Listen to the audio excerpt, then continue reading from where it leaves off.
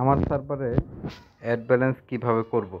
অ্যাপসে ঢুকছি, অ্যাপসে ঢোকার পর প্রথমে অ্যাড ব্যালেন্সে ঢুকবো। অ্যাড ব্যালেন্সে যাওয়ার পরে আমি এজের নাম্বারটা লিখব।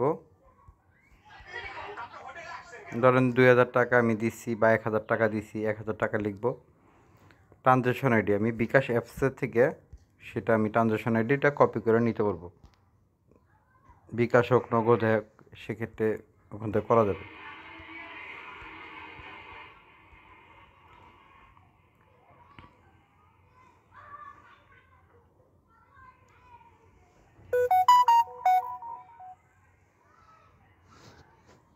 নেটওয়ার্কের কারণে প্রবলেম করতেছে।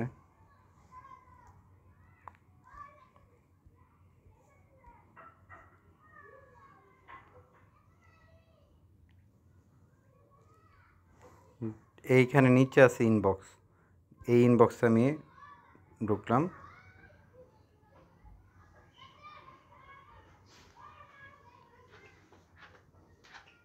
এখানে যারা টাকা পাঠাচ্ছেন তাদের এখানে এই যে ট্রানজ্যাকশন আইডি আছে, এখানে অ্যারো চিহ্নতে চাপ দিলে এখানে কপি লেখা আছে, দেখেন ট্রানজ্যাকশন আইডি, এই যে দুইটা চিহ্ন এইখানে চাপ দিলে কপি হয়ে যাবে।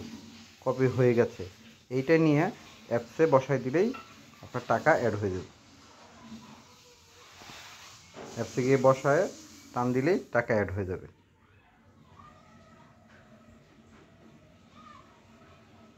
যেহেতু এটা আগে ইউজ করা হয়েছে এই কারণে এটা আর দেখাচ্ছে না, একবারে একটা ট্রানজ্যাকশন আইডি ইউজ করা যাবে।